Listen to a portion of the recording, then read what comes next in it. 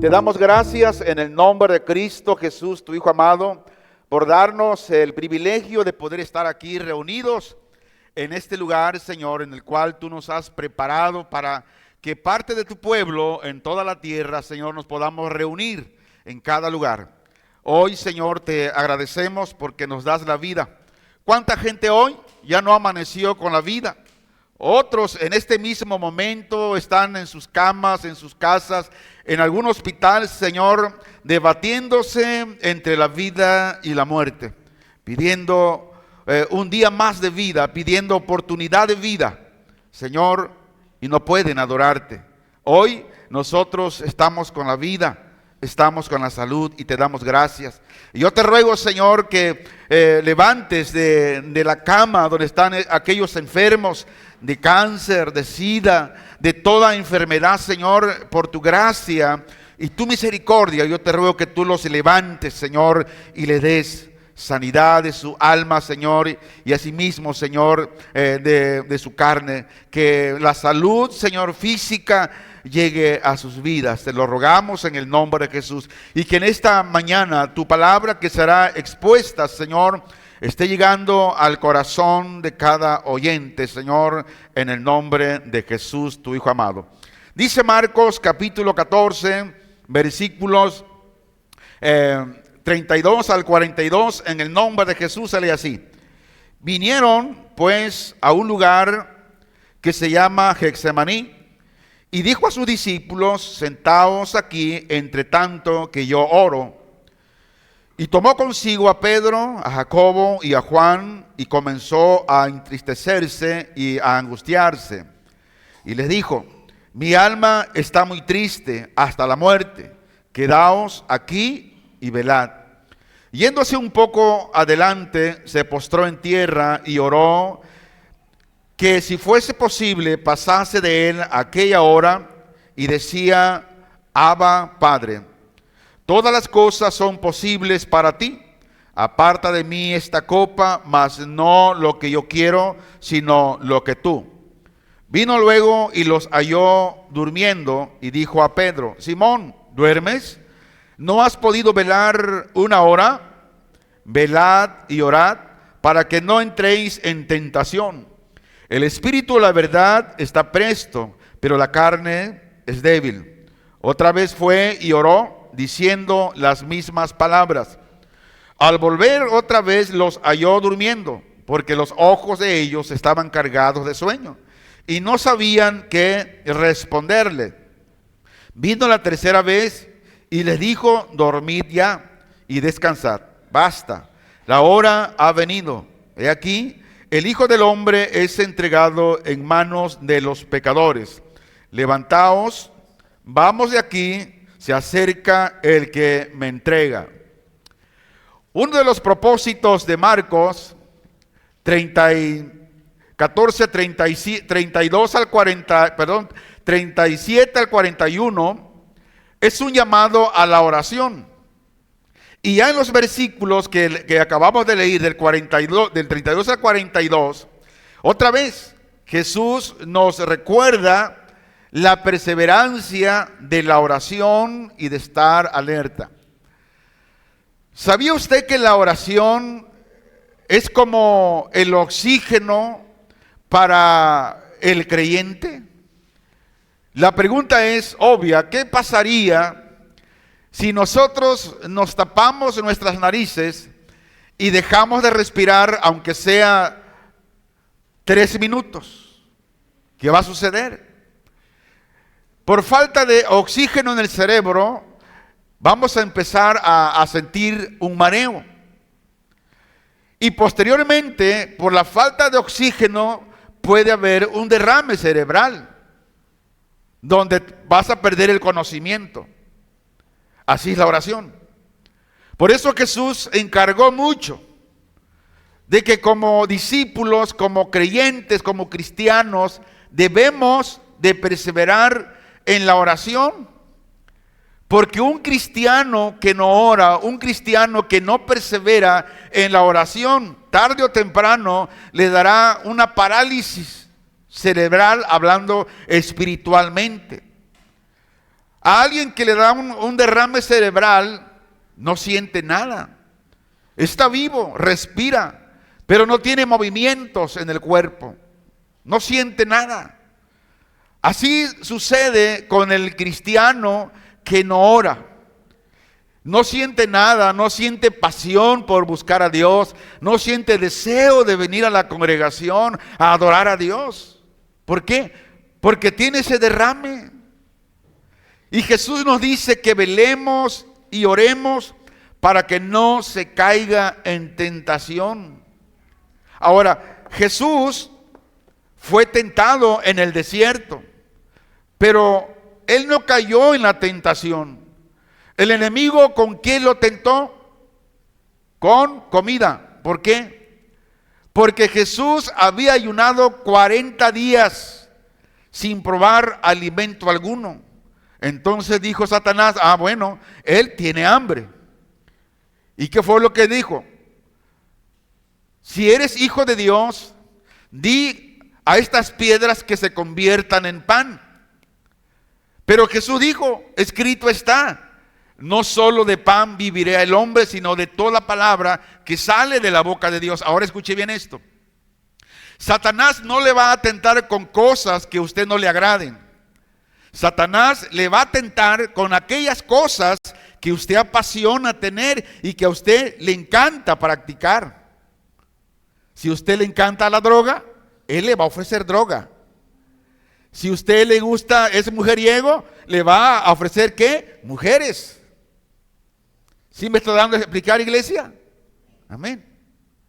Pero cuando el cristiano persevera en la oración, cuando la tentación llega, ¿qué podemos decir? Escrito está, Satanás.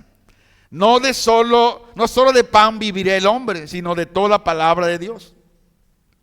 El tema de esta mañana le puse por nombre la obediencia del Hijo y la debilidad de los discípulos. Como seres humanos, siempre tenemos debilidades. Si alguien dice, yo no soy débil, está mintiendo. Porque el que no cojea de un pie, cojea del otro. El que no resbala, un día va a resbalar. Por eso Jesús dice y nos hace ver que como humanos somos débiles. Y por esa debilidad es necesario perseverar en la oración, perseverar en la palabra de Dios. Ahora, ¿qué vemos en el Getsemaní? Vemos dos cosas.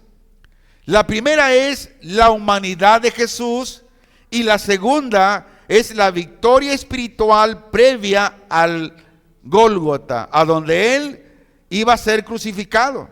Ahora déjeme decirle que lo que ocurre en este jardín se decide la salvación para la humanidad. Era el momento crucial.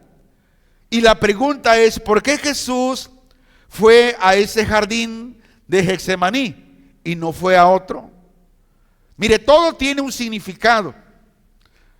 Dios, de todo lo que hace o hizo, tiene un propósito. Ahora, ¿cuál es el significado? ¿Por qué Jesús fue a orar al Getsemaní y no a otro? La respuesta, que decíamos, porque todo tiene un significado. Ahora, vamos a ver el contexto cultural. Getsemaní, ¿qué significa? Significa lagar de aceite, es decir, lugar donde se exprimen las aceitunas. Ahora, ¿qué es un lugar de aceite? Es una instalación o una estructura donde se prensa o se exprime una materia prima para extraer su jugo o aceite, en este caso. ¿Cuántos han comprado un jugo de naranja y tienen un extractor y exprimen? ¿Verdad? Bueno, ahora, ¿y qué del aceite? El aceite era símbolo de la unción y consagración y la presencia del Espíritu Santo. Y Jesús está siendo exprimido espiritualmente, anticipando el sacrificio que horas después, días después, Él haría en la cruz del Calvario. Y los rabinos enseñaban que la oración nocturna era señal profunda de quebranto espiritual, aunque los discípulos no tenían la misma disciplina. ¿Cuál disciplina? De orar de manera intensa como Jesús lo estaba enseñando.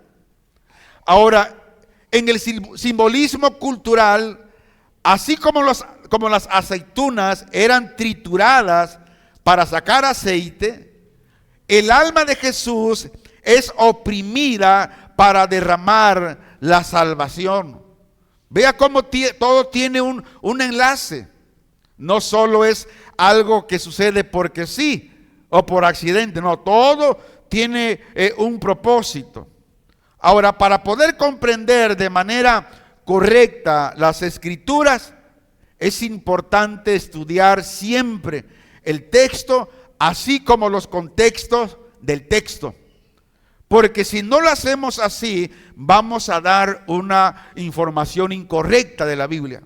Es como ahorita anda circulando un video donde un pastor enseña que dice, incluso para sacar más dinero, por eso tengan mucho cuidado en lugares como eso. Huyan de esos lugares porque un pastor que se dedica solamente a sacar dinero, aguas, eso no es de Dios. Bueno, anda circulando un video donde un pastor dice que le lleven dinero, que le lleven más dinero para que el Señor termine bien su casa que ha prometido en el cielo. Porque la Biblia dice que en el cielo el Señor Jesús fue a construir moradas. Pero la pregunta es, hermanos, amigos, ¿habla de manera literal que vamos a tener casas y edificios allá? La respuesta es no. ¿Cuál es el concepto de las casas, de las moradas? Está hablando de la comunión que vamos a tener con Jesús, con el Padre, donde en ese lugar será como en la familia. ¿Qué hay en la familia? Hay una casa, hay comunión, hay paz. Entonces, cuando la Biblia habla de moradas en el cielo, está hablando de una relación completa, total, con el Padre y con el Hijo. No está hablando de casas literales. Por eso es importante cada vez que usted escuche un mensaje, no se crea todo. Vaya a la Biblia, escudriñe la Biblia. Porque si usted no lee la Biblia, aquí lo pueden engañar. Pero fácil. Entonces, en el contexto político, volviendo al tema, Jesús ahora, de ser arrestado por un complot, fíjense nomás de quién, del liderazgo religioso que fue aprobado por Roma. Había una tensión en Jerusalén y está en su punto máximo donde los romanos permitían arrestos nocturnos para evitar disturbios políticos. Ahora, Dios en su plan de salvación permitiría el arresto de su Hijo, porque era un plan de Dios también. Aunque los hombres creen que ellos están ejecutando un plan político, no es así, sino que Dios mismo estaba permitiendo para que la profecía se cumpliera. Ahora, para explicar el contexto teológico de Marcos 14, 32 al 42, este pasaje es uno de los centros teológicos del Evangelio. ¿Por qué razón? Porque aquí nos muestra la verdadera humanidad de Cristo, donde vemos que se angustia, tiene tristeza y enfrenta la muerte. Nos presenta la obediencia perfecta al Padre. Nos presenta que la realidad del sufrimiento es parte del plan eterno. Ahora, si alguien le dice que usted venga a la iglesia que acepte a Cristo para que usted ya no sufra, le está mintiendo. El que más sufre es aquel que decide seguir a Cristo. Es el que tiene más enemigos. Y los primeros enemigos son, ¿de quiénes? Los de su casa. Porque ahora ya no están de acuerdo como él piensa. Entonces, si alguien te predica a Cristo para que seas totalmente feliz y todo sea color de rosa, te está mintiendo. El plan eterno, la realidad, habla de sufrimiento, habla de angustia. En su casa lea Isaías 53 y el Salmo 22, donde relata bien esto. Y Marcos nos presenta la debilidad humana frente al pecado. Pero también Marcos nos presenta el modelo supremo de oración y sumisión, cuando dijo, no lo que yo quiero, sino lo que tú. Esa fue la oración de Jesús en el Getsemaní. Y este es el cumplimiento del siervo sufriente, hablando de Jesús, anunciado por los profetas. Ahora, Marcos nos presenta tres narrativas. Número 1, Jesús se adelanta a orar. Es lo que dice Marcos 14, 32 al 36.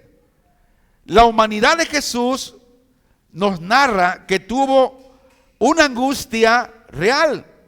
No fue algo simbólico, no, fue un dolor, angustia verdadera, donde Jesús tuvo temor. La Biblia dice que sudó sangre. Muestra que no es un Dios ajeno al dolor. Jesús se encuentra en un momento de gran angustia y gran temor. ¿Por qué? Porque él sabía que la hora se acercaba, la hora en que él iba a ser crucificado. Y se retira a un lugar solitario para orar, acompañado de sus discípulos más cercanos, que era Pedro, Jacobo y Juan. Ahora veamos la oración agónica de Jesús. Dice el versículo 36, y decía, Abba Padre, todas las cosas son posibles para ti. Aparta de mí esta copa, mas no sea lo que yo quiero, sino tú. La oración de Jesús aquí nos muestra la importancia de la oración en momentos difíciles, en momentos de dificultad y prueba. Jesús nos muestra que debemos someternos a la voluntad de Dios, incluso cuando no entendemos o no queremos lo que está sucediendo. ¿A cuánto nos gusta sufrir? A nadie. A nadie.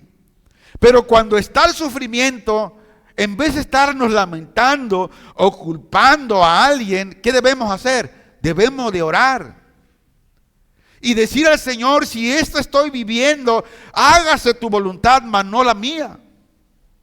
Ahora, la importancia de la confianza en la soberanía de Dios.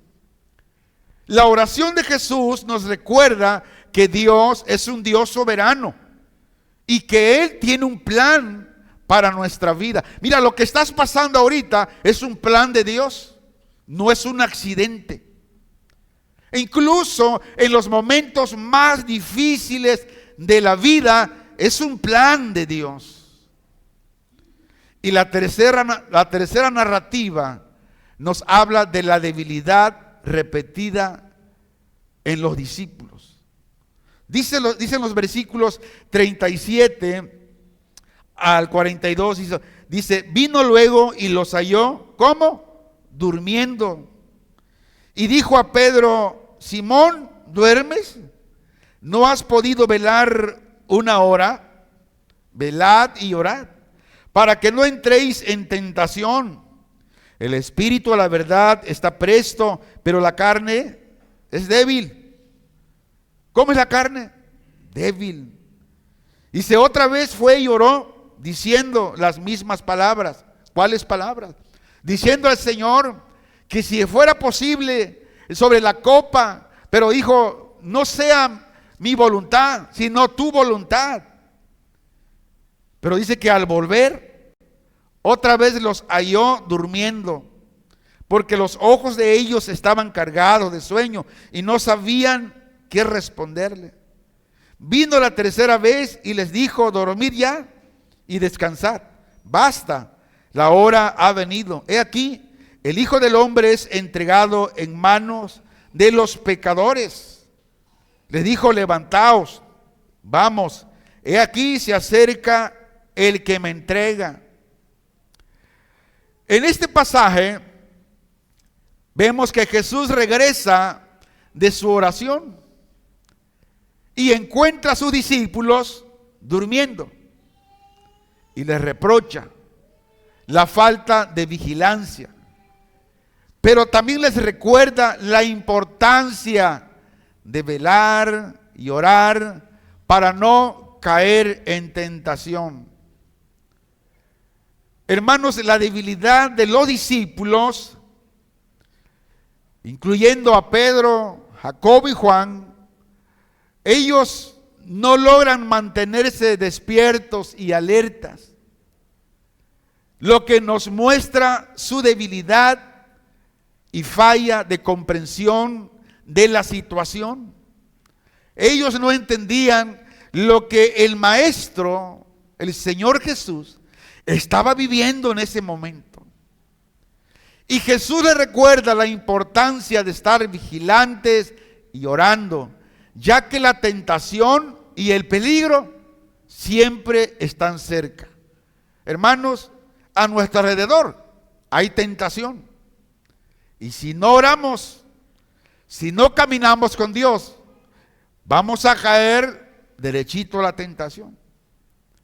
Pero a pesar de la debilidad de sus discípulos, Jesús se mantiene firme en su determinación de cumplir el plan, el propósito, la voluntad de Dios. Incluso si eso significa sufrir e ir a la cruz y morir.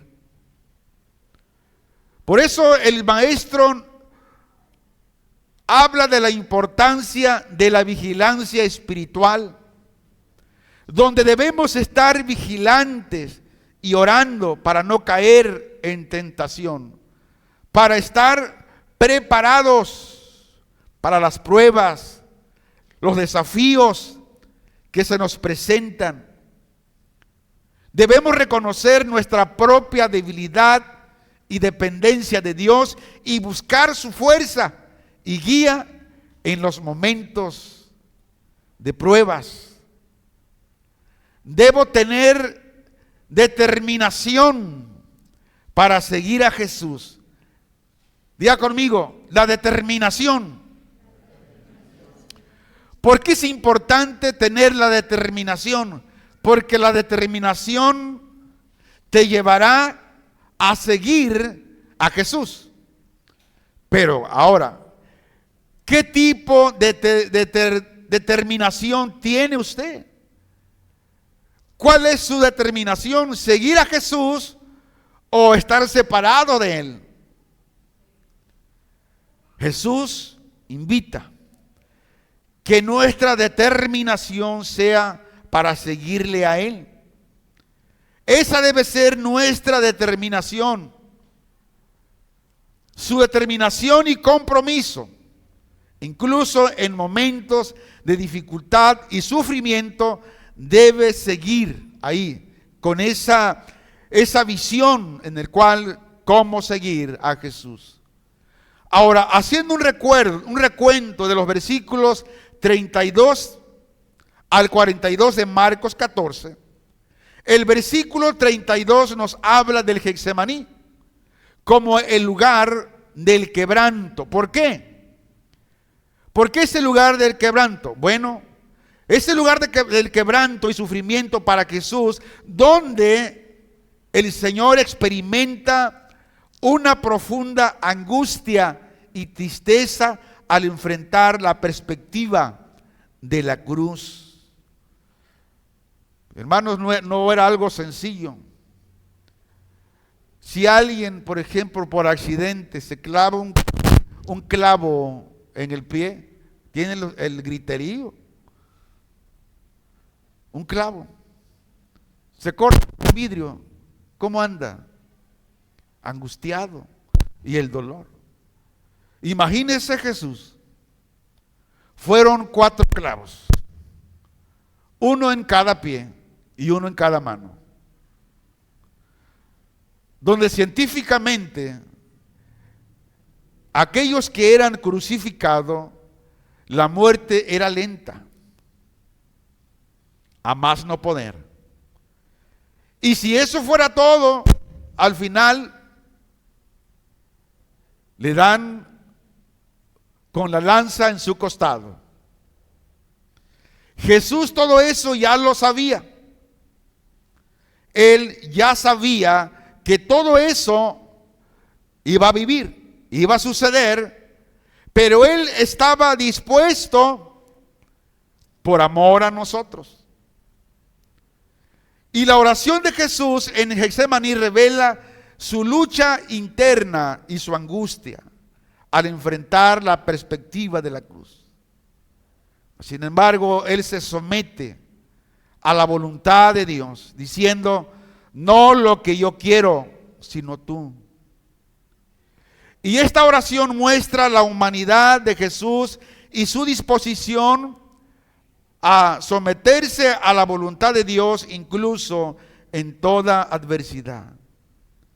Ahora Getsemaní se convierte en un símbolo de lucha, así como el quebranto que Jesús experimentó en su camino hacia la cruz. Mas sin embargo, también es un lugar de rendición, un lugar de obediencia, donde voluntariamente Él se somete a la voluntad de Dios y acepta el plan de salvación para toda la humanidad. La historia del Getsemaní nos recuerda que en momentos de prueba, sufrimiento, el camino es buscar la presencia de Dios y someternos a su voluntad. Al igual que Jesús, podemos encontrar fortaleza y paz en la oración y la rendición a la voluntad de Dios. En Getsemaní, Jesús nos muestra que la rendición no es una señal de debilidad, sino de fortaleza y confianza total en Dios. Vemos a Jesús que distingue 2 grupos de creyentes, donde solo 3 discípulos lo acompañan en su agonía y la mayoría espera. Siempre sucede esto. No todos caminan a la par, solo son 2 o 3. Y aún esos 2 o 3, aún a veces el cansancio los vence. Y no perseveran en la oración. No perseveran en la voluntad de Dios. Pues ¿qué será de la mayoría? La mayoría solamente espera. La mayoría solamente espera ver para que ellos puedan creer y tal vez entonces hacer. Pero la orden de Jesús fue orad, que indica urgencia espiritual. ¿Por qué razón Jesús ordena la oración? Porque hay una urgencia espiritual. Usted mire a su lado. Siempre finalizando el año, muchos se ausentan. Ahora, algunos nos avisaron que no iban a venir porque están trabajando. Y bueno, vivimos en un puerto turístico, donde todos, directo o indirecto, vivimos del turismo. Pero ¿qué de aquellos que solamente pues no vienen, no se congregan en las iglesias cristianas porque tienen un derrame cerebral, espiritual, por la causa de no orar, de no buscar a Dios. Quiero que al finalizar este año, este mensaje se le quede bien grabado. Y quiero que se grabe estas palabras. Las batallas solo se ganan de rodillas orando. No se ganan decretando, declarando, porque esa es la moda de hoy. Que yo decreto, que yo declaro, no, eso es antibíblico realmente, eso no funciona. Las batallas se ganan de rodillas orando, perseverando en la palabra, perseverando en la oración. Esta frase se refiere de la oración y la dependencia de Dios en la lucha contra las fuerzas del mal y en la búsqueda de la victoria en la vida cristiana todos los días. Hermanos, en el Getsemaní, Jesús ora pidiendo a su Padre que aparte de él la copa. ¿Qué copa? La copa de ira y el sufrimiento que se avecina. Es un momento de gran angustia y prueba. Mas Jesús, él se somete a la voluntad de Dios. Y al someterse a la voluntad de Dios, Jesús encuentra fortaleza en la oración. Y es una invitación para el creyente hoy. Si no nos sometemos al Señor en la oración, no tendremos paz, no tendremos victoria. Por ejemplo, la victoria de David sobre Goliat. ¿Qué hizo David? Se enfrenta a Goliat, el gigante filisteo. ¿Y qué sucedió? ¿Lo derrota con sus fuerzas? No, con la ayuda de Dios. Pero ¿qué hizo David antes de la batalla? David ora y confía en la protección y el poder de Dios. Entonces, la victoria es en base a la oración y la palabra de Dios. ¿Qué decimos de la lucha de Pablo? Pablo describe su lucha contra las adversidades y las debilidades. ¿Y cómo encontró fortaleza? Encontró fortaleza en la oración y la gracia de Dios. Pero eso es lo que más el creyente ha perdido y ha dejado de practicar, la oración. Los anuncios en la iglesia son en vano. Oración martes y jueves a las 6 de la tarde, pero la mayoría brilla por su ausencia. Le citamos, hermanos, véngase media hora antes para orar los miércoles y los domingos. ¿Qué sucede? Brillan por su ausencia. ¿Por qué razón? Por lo mismo. ¿Me estoy explicando, iglesia? Ok, ahora, ¿usted piensa que esto es mío o es de Dios? Es de Dios, hermanos. Pero ese es el problema. Sabemos que es de Dios, pero lo seguimos ignorando. ¿Qué decimos? La victoria de Josafat sobre los moabitas. Josafat y el pueblo de Judá se enfrentan a una gran multitud de enemigos. Y Josafat ora y confía en la ayuda de Dios, lo que lleva a una gran victoria. ¿Sabes por qué muchas veces no tenemos victoria? Porque no oramos. Nos las pasamos en las redes sociales, en otras cosas, pero no oramos. Ahora, estas lecciones, hermanos, son para nuestras vidas hoy. Mire, la oración es una herramienta poderosa para enfrentar las batallas de la vida. La dependencia de Dios es esencial para encontrar la victoria y la fortaleza en la adversidad. ¿Por qué? Porque la oración nos permite someternos a la voluntad de Dios. ¿Por qué muchos creyentes no se someten a la voluntad de Dios? Porque no oran. Pero orar todos los días nos lleva al sometimiento a los propósitos de Dios y encontramos paz, encontramos confianza en su plan. Hermanos, la fe y la confianza en Dios son fundamentales para enfrentar las batallas y encontrar la victoria. Hoy hay muchas personas que años atrás eran congregantes de una congregación cristiana, pero por falta de la comunión con Dios, de la oración y la palabra, ya no asisten. Y otros andan buscando un lugar donde Dios, una palabra fresca de Dios que les hable. Mire, escuche esto.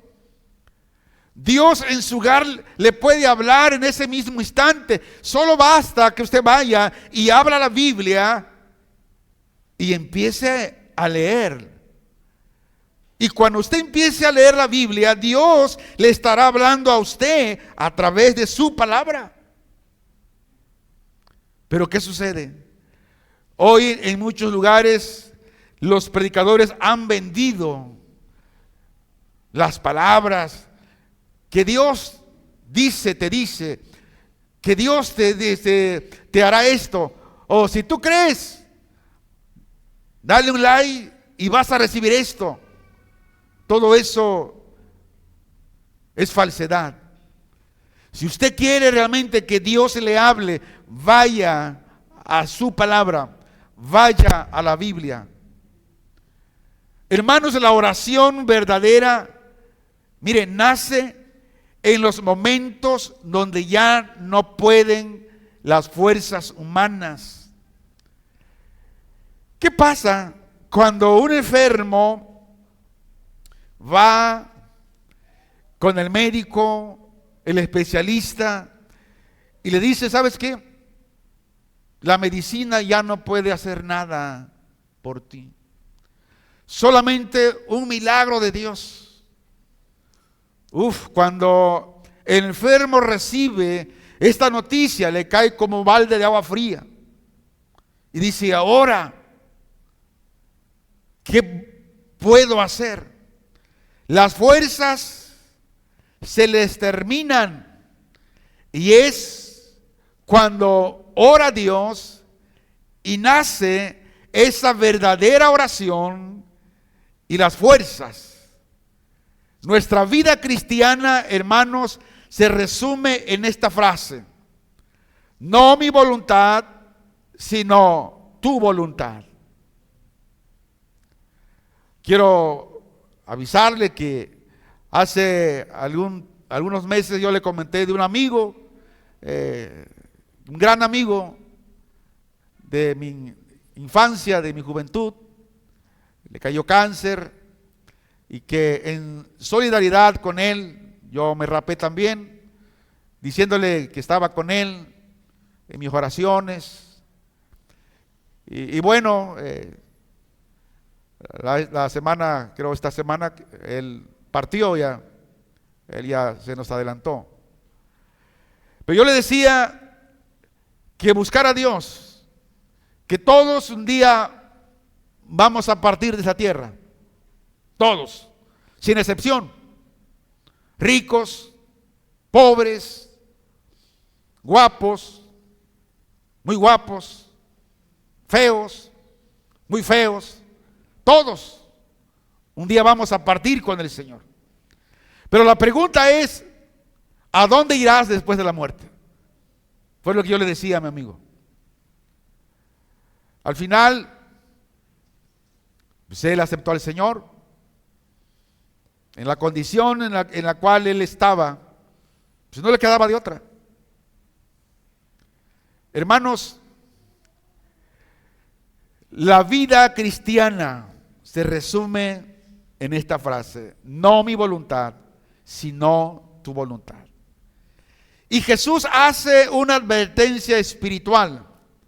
En los versículos 37 y 38 dice: vino luego y los halló durmiendo y dijo a Pedro: Simón, ¿duermes? O sea, como digo, oye, ¿estás dormido todavía? Dice: ¿no has podido velar una hora? O sea, ni una hora, Pedro. ¿Has orado? Dile a tu hermano: te hablan, hermano. Dile: te hablan, hermano. ¿Ni una hora has podido dormir? Dice el 38: velad y orad para que no entréis en tentación. El espíritu a la verdad está dispuesto, pero la carne es débil. Mire, Jesús no reprende con ira, sino con tristeza, al ver que los discípulos no están orando. Ahora, los discípulos aquí representan la naturaleza humana caída, aunque el espíritu está dispuesto, es decir, hay buenas intenciones, mas la carne es débil, es decir, la carne está incapacitada para la práctica de la oración. ¿Qué le dice la carne?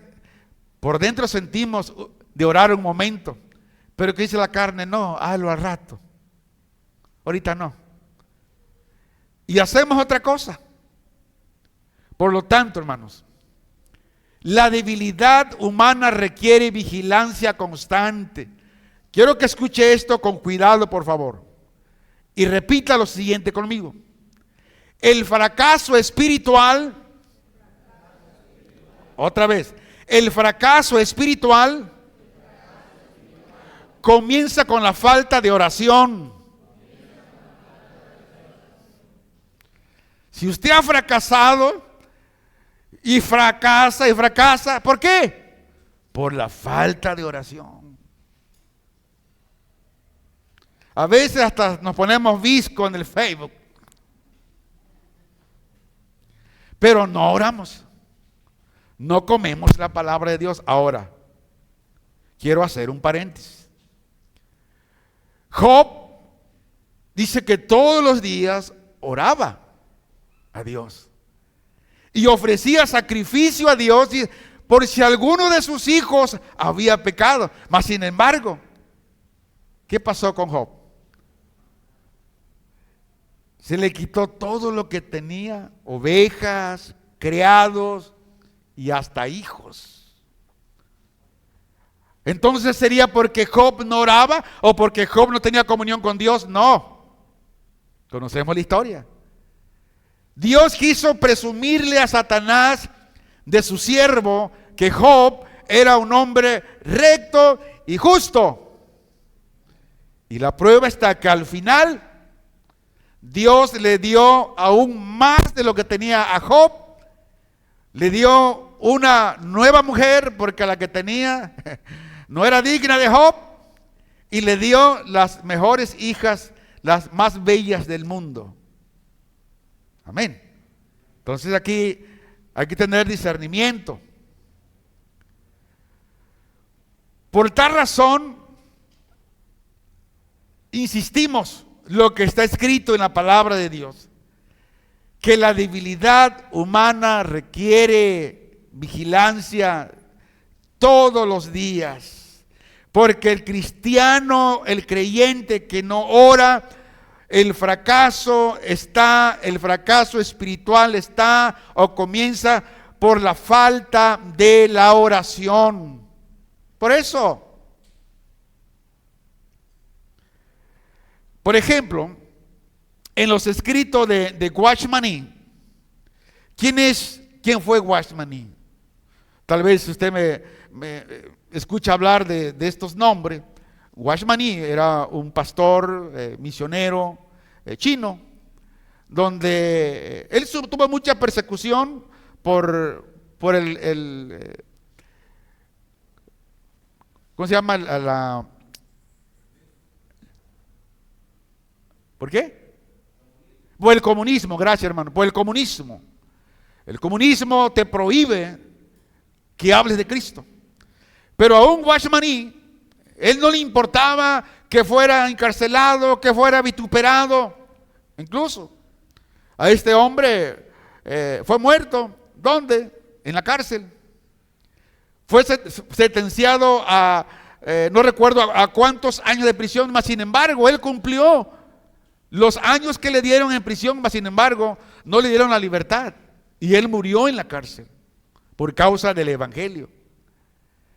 Y uno de los escritos de Washmani, pero ahora, antes de citar lo que dijo concerniente a la oración, la pregunta es, ¿por qué Washmani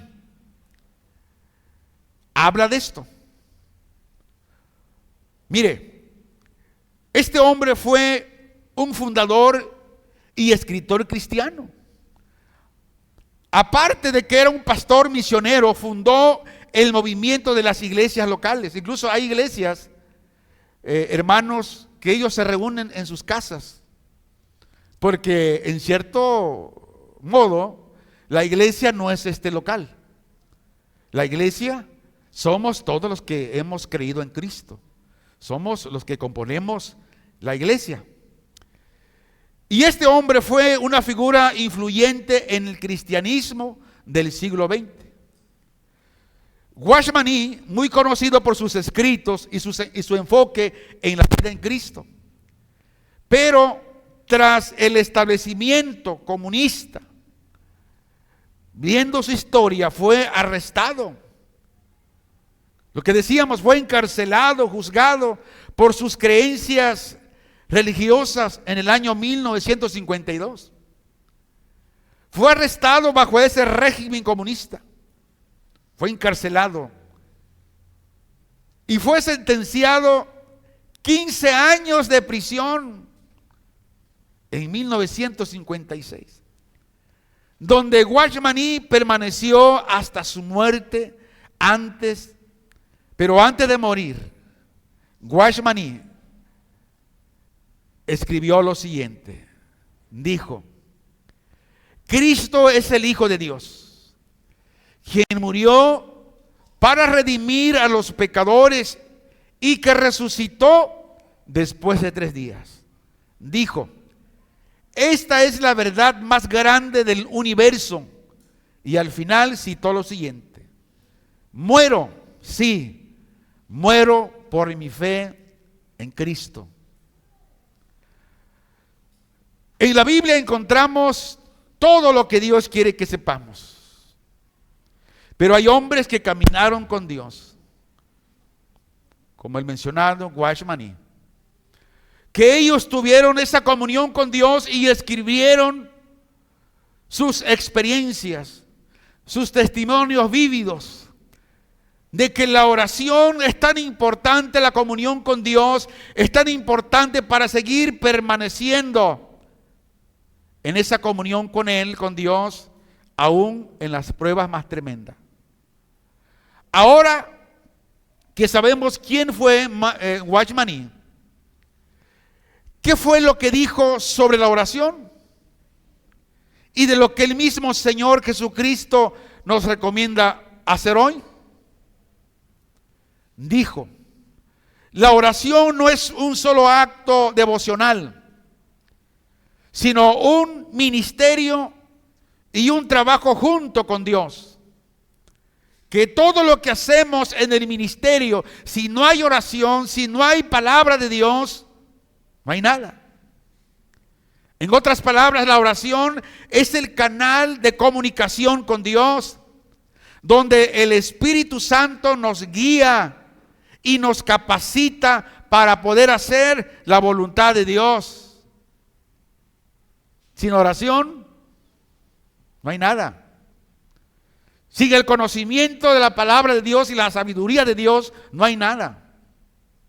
La oración funciona como los rieles de un tren, sobre lo que Dios se desplaza para cumplir su propósito por medio de la oración.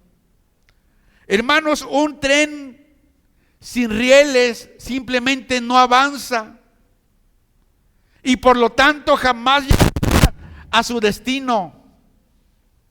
Por eso la oración en la iglesia es crucial para mover obstáculos y liberar la voluntad de Dios. Por eso cuando le invitamos que venga a la oración, no es porque sí nada más, no, es porque tiene un propósito. Watchman aborda la oración como la respiración del alma. La oración es el secreto del poder espiritual y subraya la necesidad de orar sin cesar.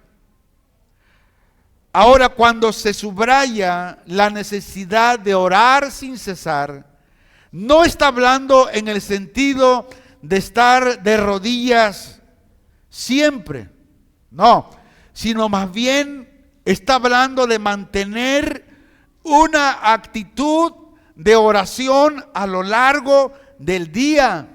A eso se refiere. Pero desgraciadamente, en muchos creyentes pasa todo el día, hacen otras cosas, pero menos orar. En conclusión, en Marcos 14, 32 al 42, Jesús en Getsemaní revela su humanidad al sentir tristeza y angustia. Mas sin embargo, Él se somete a la voluntad del Padre y su oración dijo: Padre mío, si es posible que de mí pase esta copa, pero no sea lo que yo quiero, sino lo que tú quieres.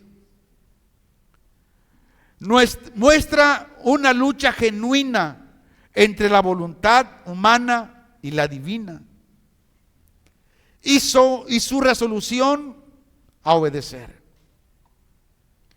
Ahora Jesús nos deja el modelo de orar con sinceridad, de buscar la voluntad de Dios y permanecer vigilantes, confiando en que la oración y la comunión con Dios es la que nos sostiene en el sufrimiento. Y la frase clave es: velad y orad, para que no caigas en tentación. El espíritu, la verdad, está dispuesto, pero la carne es débil. Así, el pasaje nos llama a depender de Dios, nos llama a la humildad y perseverancia en la oración. ¿Hasta dónde está el nivel de oración que tenemos? ¿Hasta dónde realmente nosotros comemos de Dios todos los días? Si hay una vida en un creyente, una vida pues con falta de poder espiritual, la causa es la falta de oración. La causa es la falta del conocimiento de la palabra de Dios. Cristiano, este año que está ya por finalizar, el 2025, si no has llevado una vida de oración, donde Dios usa ese canal para llevarte a sus propósitos, lo has olvidado, hoy es tiempo de regresar a la oración y de pedir a Dios para aquellas pruebas que vendrán en el 2026 serán mayores. Porque la Biblia dice que los tiempos cada día vienen más y más y más difíciles. Necesitamos orar y velar para que cuando venga la tentación podamos estar fortalecidos. Oramos. Señor y Padre nuestro que estás en los cielos, mi Padre celestial, te agradezco, Señor, dijiste a tus discípulos haciendo esa pregunta, así que no pudieron velar ni siquiera una hora. La recomendación fue de velar y orar para no caer en tentación. Señor, hoy estamos delante de tu presencia y rendimos nuestro corazón arrepentido. Padre, reconocemos nuestras debilidades por no permanecer en la oración ni en la vigilancia. Nos hemos distraído, hemos dejado que el cansancio, que el miedo o la rutina apague nuestra comunión contigo. Padre, perdónanos por las horas que no dedicamos a buscar tu rostro, por los momentos en que la tentación nos alcanzó porque no velamos ni oramos. Te damos gracias por tu misericordia que es nueva cada mañana y tu gracia que nos sostiene. Desde ahora concédenos un espíritu de perseverancia, de oración continua. Ayúdanos a levantarnos temprano, a hacer de la oración nuestra respiración, a estar alertas en medio de las pruebas, que tu Espíritu Santo nos recuerde constantemente en tu presencia. Para no caer en la tentación, guía, Padre, un día a la vez nuestros pasos. Danos la fortaleza para mantener el corazón siempre vigilante y que nuestra vida pueda reflejar tu amor y tu verdad. Todo esto, papá, te lo pedimos en el nombre de Jesús, tu Hijo amado, Señor. Amén.